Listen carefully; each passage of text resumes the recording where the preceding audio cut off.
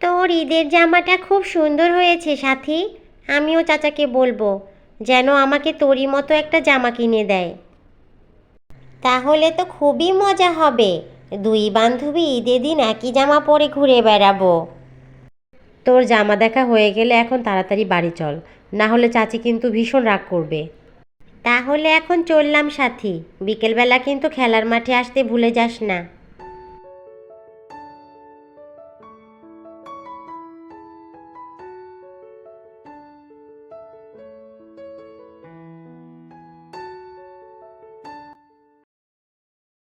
এই ভর দুপুর বেলা দুই বোন মিলে কোথায় যাওয়া হয়েছিল শুনি?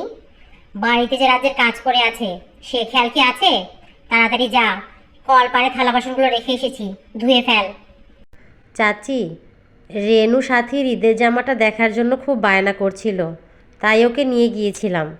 তুমি কিছু চিন্তা করো না, আমি এখনই সব করে দিচ্ছি। হুম, শখ কত! ঘরের কাজ সব ফেলে রেখে আরেকজনের ঈদের জামা দেখার জন্য গিয়েছিল। আল্লাহ দিয়ে আর বাঁচি না। এখন নিশ্চয়ই চাচা আসে, চাচাকে বলবি ওরকম একটা জামা কিনে দিতে। খবরদার, এরকম কিছু শুনলে আর রক্ষে রাখবো না।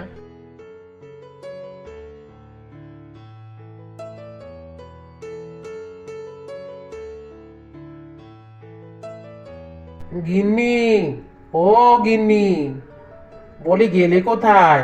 তাড়াতাড়ি এসো, দেখে যাও কি এনেছি। গিন্নি, বলি তোমার কি আর কোনোদিন আক্কেল জ্ঞান হবে না?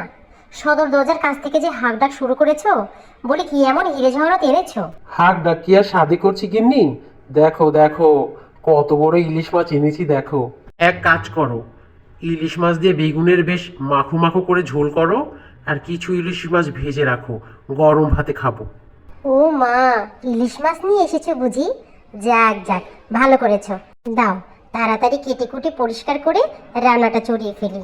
কই, দাও তাড়াতাড়ি দাও। এই নাও।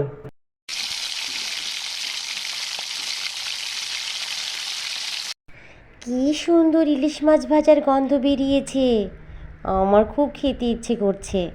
যাই, চাচিকে গিয়ে বলি আমাকে এক পিস ভাজা ইলিশ মাছ দিতে।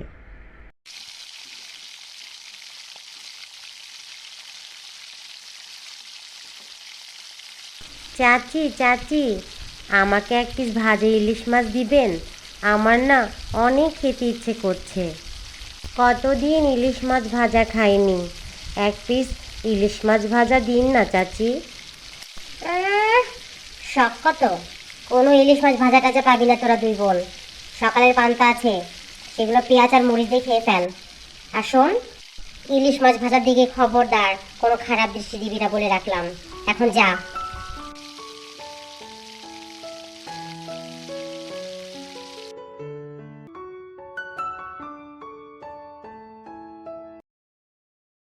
আপা, এই আপা, শোন না, চাচি না ইলিশ মাছ ভাজছে, কি সুন্দর গন্ধ বেরিয়েছে।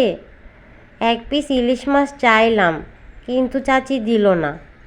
আপা, তুই আমাকে এক পিস ইলিশ মাছ এনে দিবি? আমার না খুব খেতে ইচ্ছে করছে। তুই তো জানিস বোন, চাচি আমাদের দুজনকে কতটা অপছন্দ করে। এখন যদি আমি তাকে জিজ্ঞেস না করে তোর জন্য ইলিশ মাছ নিয়ে আসি, হয়তোবা তিনি আমাদের দুজনকে মেরেই ফেলবেন। আমি তোর কাছে আর কখনো কিচ্ছু চাইবো না। এই আপা, আপা, যা না, আমার জন্য এক পিস ভাজা ইলিশ মাছ নিয়ে আয় না। বিশ্বাস কর, খুব খেতে ইচ্ছে করছে। তুইও না আমাকে মাঝে মাঝে এমন সব বিপদের মধ্যে ফেলে দিস। আচ্ছা দাঁড়া, এখানেই থাক, আমি এক্ষুনি আসছি।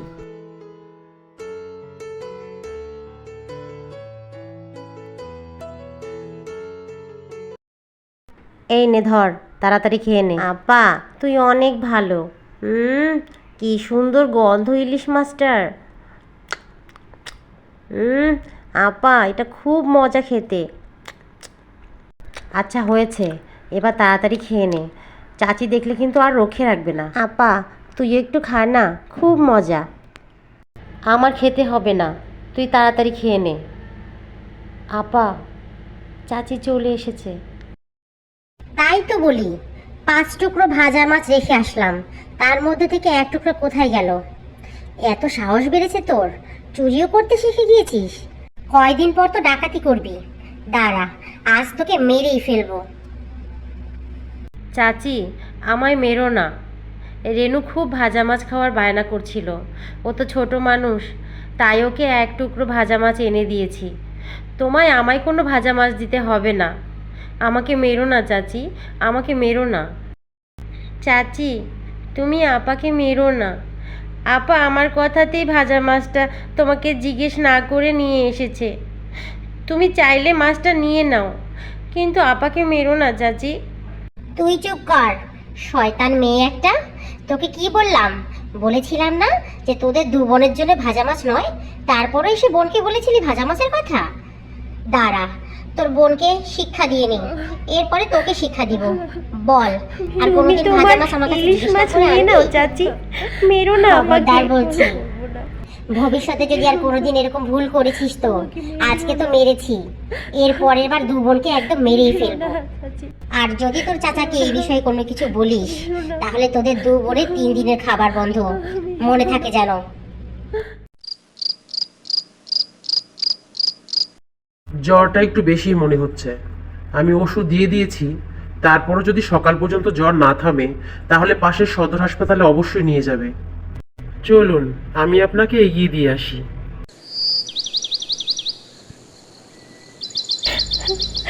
তুই আমায় ছেড়ে কেন চলে গেলি আপা?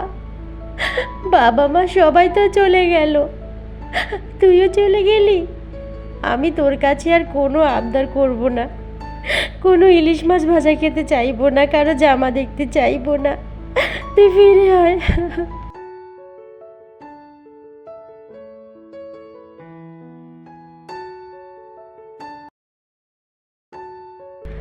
আপা, তুই আমায় ছেড়ে কেন চলে গেলি আপা? দেখ, তোর ছোট বোনকে কত কাজ করতে হচ্ছে, আমি যে আর পারি না। আমার হাত ব্যথা করে, আমার মাথা ঘোরায়, গা ঝিমঝিম করে। চাচিকে কত বলি, চাচি আমাকে একটু কম কাজ দিন। চাচি আমার কোনো কথাই শোনে না, প্রতিদিন সমস্ত কাজ আমাকেই করতে হয়। তুই কেন চলে গেলি আপা, কেন চলে গেলি? তোর খুব কষ্ট হয়ে যাচ্ছে না রে বোন? কে কথা বলে? কে তুমি? সামনে এসো।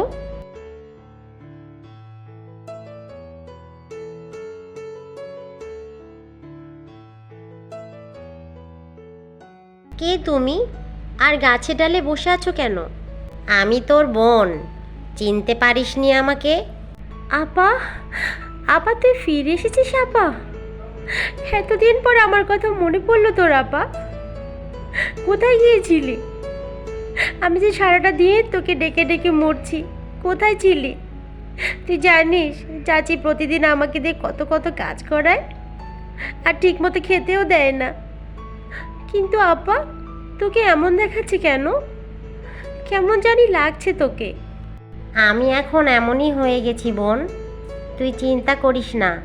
এখন থেকে আমি তোর সাথেই থাকবো, তোকে আর কোনো কাজ করতে হবে না। এখন থেকে সমস্ত কাজ চাচিই করবে, আমি সেই ব্যবস্থা করছি।